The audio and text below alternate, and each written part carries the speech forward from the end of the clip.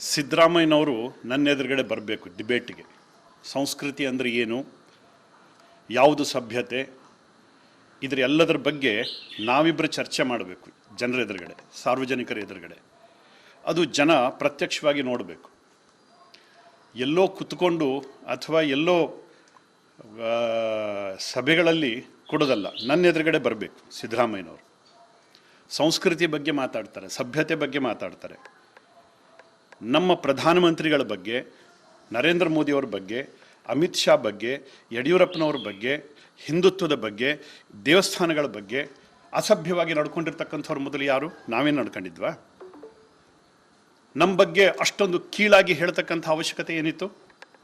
ಕಾಂಗ್ರೆಸ್ ಲೀಡರ್ಗಳು ನಮ್ಮ ಪ್ರಧಾನಮಂತ್ರಿ ಮೋದಿಯವ್ರ ಬಗ್ಗೆ ಏನೆಲ್ಲ ಕೆಟ್ಟದನ್ನು ಮಾತಾಡಿದ್ದಾರೆ? ಬಹುತೇಕ ಯಾವ ಸಂಸ್ಕೃತಿ ಸಭ್ಯತೆಯ ಎಲ್ಲೆಯನ್ನು ಮೀರಿ ಮಾತಾಡಿದ್ದಾರೆ. ಹೇಳಬೇಕಾ ಯಾರು ಅಂತ? ಯಾರ್ಯಾರು ಏನು ಹೇಳಿದ್ದಾರೆ ಅಂತ ಹೇಳಬೇಕಾ? ಅಜಿತ್ ಸಿಂಗ್ ಹೇಳಿದ್ರು, ಪ್ರಧಾನಮಂತ್ರಿ ಅಂದರು ಕುರಿ ಅಂತ ಅಂದರು. ಆಮೇಲೆ ಅಭಿಷೇಕ್ ಸಿಂಗ್ ಮಾನ್ವಿ ಹೇಳಿದ್ರು, ಡ್ಯಾಮೇಜ್ ಮಾಡ್ತಕ್ಕಂಥ ಮನುಷ್ಯ ಅಂತ ಅಂದರು, ಇಡೀ ಭಾರತದ ಡ್ಯಾಮೇಜ್ ಮಾಡ್ತಕ್ಕಂಥ ಮನುಷ್ಯ ಅಂತ ಅಂದರು.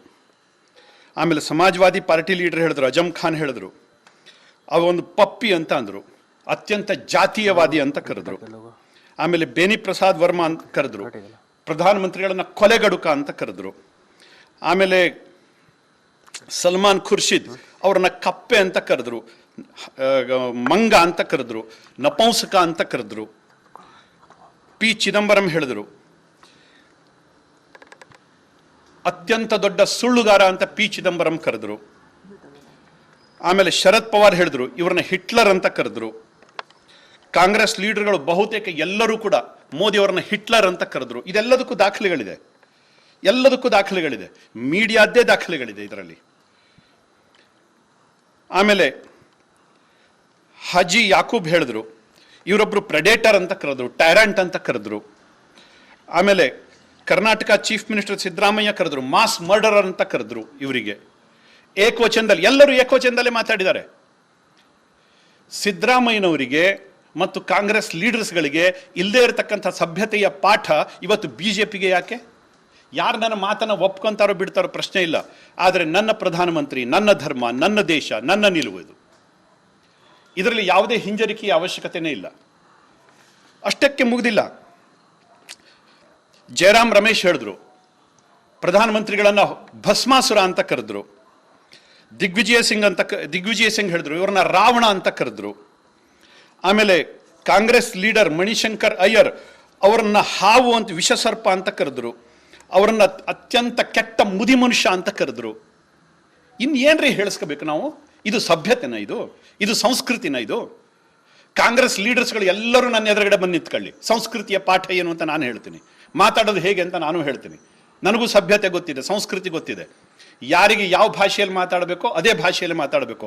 ಮೊದಲು ಸಿದ್ದರಾಮಯ್ಯನವರೇ ಸಭ್ಯತೆ ಏನು ಅಂತ ನೀವು ಕಲ್ತ್ಕೊಳ್ಳಿ. ಕಾಂಗ್ರೆಸ್ ಲೀಡರ್ಸ್ಗಳೇ ಸಂಸ್ಕೃತಿ ಅಂತಂದ್ರೆ ಏನು ಅಂತ ನೀವು ಕಲ್ತ್ಕೊಳ್ಳಿ. ಮಾತಾಡೋ ರೀತಿ ನೀತಿಗಳನ್ನು ನೀವು ಕಲ್ತ್ಕೊಳ್ಳಿ, ಆಮೇಲೆ ನಮಗೆ ಪಾಠ ಮಾಡಿ. ಇವತ್ತು ಕೆಲವೊಬ್ರು ಸಭ್ಯರು ನಮಗೆ ಪಾಠ ಮಾಡ್ಲಿಕ್ಕೆ ಬರ್ತಾರೆ. ಸಿದ್ದರಾಮಯ್ಯನವರು ಮೊನ್ನೆ ತಾನೇ ಎಲ್ಲ ವಿಡಿಯೋ ಸೋಷಿಯಲ್ ಮೀಡಿಯಾಗಳಲ್ಲಿ ಹರಿದಾಡ್ತಾ ಇದೆ, ಏಕವಚನದಲ್ಲಿ ಮಾತಾಡಿದ್ರು. ಕಳೆದ ಚುನಾವಣೆಗಳಲ್ಲಿ ಏನೆಲ್ಲ ಮಾತಾಡಿದ್ರು. ಅವರಿಗೊಂದು ಕಾನೂನು, ನಮಗೊಂದು ಕಾನೂನು, ಅವರಿಗೊಂದು ನ್ಯಾಯ, ನಮಗೊಂದು ನ್ಯಾಯ. ಇದು ಯಾವ ಸೀಮೆ ನ್ಯಾಯ ರೀ? ನಮಗದೆಲ್ಲ ಗೊತ್ತಿಲ್ಲ. ನಾವು ನಮ್ಮ ನಾಯಕತ್ವವನ್ನು ಪ್ರೀತಿ ಮಾಡ್ತಕ್ಕಂಥ ಜನ, ಅದಕ್ಕಿಂತ ಹೆಚ್ಚು ನಮ್ಮ ಧರ್ಮವನ್ನು ಪ್ರೀತಿ ಮಾಡ್ತಕ್ಕಂಥ ಜನ. ಇವತ್ತು ಅಯೋಧ್ಯೆ ರಾಮ ಮಂದಿರದ ಬಗ್ಗೆ ಏನೆಲ್ಲ ಅವಹೇಳನಕಾರಿ ಮಾತುಗಳನ್ನು ಹೇಳಿದ್ರು, ಎಷ್ಟು ಕೀಳಾಗಿ ಹಿಂದೂ ಸಮಾಜವನ್ನು ಕಂಡ್ರು.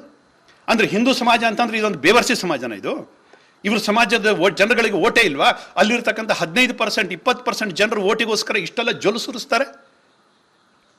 ಹಾಗಿದ್ರೆ 80%, 85% ಇರತಕ್ಕಂಥ ನಮ್ಮ ಜನರಿಗೆ ಏನಿದೆ ಗೌರವ? ಹಾಗಿದ್ರೆ ಮೊದಲು ಗೌರವ ಕೊಟ್ಟು ಮಾತಾಡೋದನ್ನು ಕಲೀರಿ. ನಮ್ಮ ಸಮಾಜಕ್ಕೆ ಮೊದಲು ನಮ್ಮ ಧರ್ಮಕ್ಕೆ ಗೌರವ ಕೊಟ್ಟು ಮಾತಾಡೋದನ್ನು ಕಲೀರಿ. ಜಾತ್ಯತೀತತೆ ನಮಗೂ ನಂಬಿಕೆ ಇದೆ, ಆದರೆ ಆ ಧ್ವನಿ ನಿಮ್ಮ ಧ್ವನಿಯಲ್ಲಿರಲಿ, ನಿಮ್ಮ ಭಾಷೆಯಲ್ಲಿರಲಿ. ಹಿಂದೂಗಳಿಗೆ ಒಂದು ರೀತಿ ಪದ್ಧತಿ, ಮುಸಲ್ಮಾನರಿಗೆ ಒಂದು ರೀತಿ ಪದ್ಧತಿ. ಇದು ಯಾವ ಸೀಮೆ ನ್ಯಾಯ ರೀ? ದಯವಿಟ್ಟು ಸಭ್ಯತೆಯನ್ನು ನೀವು ಕಲೀರಿ, ಸಂಸ್ಕೃತಿಯನ್ನು ನೀವು ಕಲೀರಿ, ಆಮೇಲೆ ನಮಗೆ ಪಾಠ ಮಾಡ್ಲಿಕ್ಕೆ ಬನ್ನಿ. ನಮ್ಮ ಧ್ವನಿ ಇದೇನೆ. ನೀವು ಹೇಳಿದ್ದು ಏಕವಚನದಲ್ಲಿ ಮಾತಾಡಿಸಿದ್ದು ಸರಿ ಅಂತಾದರೆ ನಾನು ಮಾತಾಡಿದ್ದು ಸರಿ. ಯಾರು ನನ್ನನ್ನು ಒಪ್ಕೊಂತಾರೋ ಬಿಡ್ತಾರೋ ಗೊತ್ತಿಲ್ಲ, ದೇವರು ಒಪ್ತಾನೆ. ಈಗ ಹಿಂದೂ ಸಮಾಜದ ಸಭ್ಯ ಜನ ಇದನ್ನು ಒಪ್ಕೊಂತಾರೆ. ಸೋಷಿಯಲ್ ಮೀಡಿಯಾದಲ್ಲಿ ನೋಡಲಿ, ಇವತ್ತು ಚರ್ಚೆ ಮಾಡಲಿ, ಯಾರು ಏನೇನು ಹೇಳ್ತಾ ಇದ್ದಾರೆ ಅನ್ನುವಂಥದ್ದನ್ನು ಕೇಳಲಿ. ಸಿದ್ದರಾಮಯ್ಯನವರೇ, ಖಂಡಿತವಾಗಿ ಹೇಳ್ತೀನಿ, ಸಂಸ್ಕೃತಿ ಸಭ್ಯತೆ ಬಗ್ಗೆ ಮಾತಾಡೋದಾದ್ರೆ ನನ್ನ ಎದುರುಗಡೆ ಬರ್ರಿ. ಇಡೀ ಕರ್ನಾಟಕದ ಜನ ನೋಡಲಿ, ಲೈವ್ ಆಗಲಿ, ಬನ್ನಿ ನಮ್ಮ ಎದುರುಗಡೆ. ಅದಿಲ್ಲ ಅಂತಂದ್ರೆ ಸಂಸ್ಕೃತಿ ಸಭ್ಯತೆ ಬಗ್ಗೆ ಮಾತಾಡೋದನ್ನು ಬಿಡಿ. ಯಾಕೆಂದ್ರೆ ಅದರ ಅರ್ಥನೇ ಗೊತ್ತಿಲ್ಲದೆ ಇರತಕ್ಕಂಥ ಜನ ನೀವು ಸಿದ್ದರಾಮಯ್ಯನವರೇ. ಕಾಂಗ್ರೆಸ್ ಬಗ್ಗೆ ನಾನು ಹೇಳೋದಿಲ್ಲ, ಅನೇಕ ಭಕ್ತರು ಅಲ್ಲೂ ಇದ್ದಾರೆ. ತುಂಬ ಜನ ಪ್ರಾಮಾಣಿಕವಾಗಿ ಇವತ್ತು ಕೂಡ ಸೇವೆ ಸಲ್ಲಿಸ್ತಾ ಇದ್ದಾರೆ. ಆದರೆ ಸಿದ್ದರಾಮಯ್ಯನಂತಹ ಧರ್ಮಲಂಡರ್ ಬಗ್ಗೆ ನಾನು ಹೇಳ್ತಾ ಇದ್ದೀನಿ, ಧನ್ಯವಾದಗಳು. ಸರ್, ಇನ್ನೊಂದು ವಿಚಾರ, 4.5 ವರ್ಷ ಇವರು ಕುಂಭಕರ್ಣಿದ್ಯಲ್ಲಿದ್ದರು ಅಂತ ಸಹಿತ ಹೇಳಿದ್ದಾರೆ. 4.5 ವರ್ಷ ಎಲ್ಲಿದ್ದರು, ನಾಪತ್ತೆ ಆಗಿದ್ರು? ಅದನ್ನು ಮುಂದಿನ ದಿವಸದಲ್ಲಿ ಉತ್ತರ ಕೊಡ್ತೀನಿ ಅವರಿಗೆ. ಸರ್, ಕುಂಭಕರ್ಣ ಅನ್ನೋ ಮಾತುಗಳನ್ನ ಇದ್ರ ಬಗ್ಗೆ ಮುಂದಿನ ದಿವಸದಲ್ಲಿ ಅದೆಲ್ಲದಕ್ಕೂ ಉತ್ತರ ಕೊಡ್ತೀವಿ. ಯಾವುದನ್ನು ಬಡ್ಡಿ ಗಿಡ್ಡಿ ಇಲ್ಲದೇನೆ ವಾಪಸ್ ತೀರಿಸ್ತೀವಿ. ಸರ್, ಈಗ ಡಿ ಕೆ ಶಿವಕುಮಾರ್ ಅವರು ಒಂದು ಮಾತನ್ನು ಹೇಳಿದ್ದಾರೆ, ಅವ್ರ ಮೊದಲು ಅವರ ಆರೋಗ್ಯವನ್ನು ಇದನ್ನು ಮಾಡ್ಕೊಳ್ಳಿ. ನನ್ನ ಆರೋಗ್ಯ ಅತ್ಯಂತ ಚೆನ್ನಾಗಿದೆ. ಆರೋಗ್ಯದಲ್ಲಿ ಯಾವುದೇ ರೀತಿಯ ಸಂಶಯ ಅಥವಾ ಯಾವುದೇ ರೀತಿಯ ಏರುಪೇರುಗಳಿಲ್ಲ. ಮುಂದಿನ ಚುನಾವಣೆಯಲ್ಲಿ ಭಾರತೀಯ ಜನತಾ ಪಾರ್ಟಿ ಗೆಲ್ಲಿಸ್ತೀವಿ. ಸರ್, ನಿಮ್ಮ ಟಿಕೆಟ್ ವಿಚಾರವಾಗಿ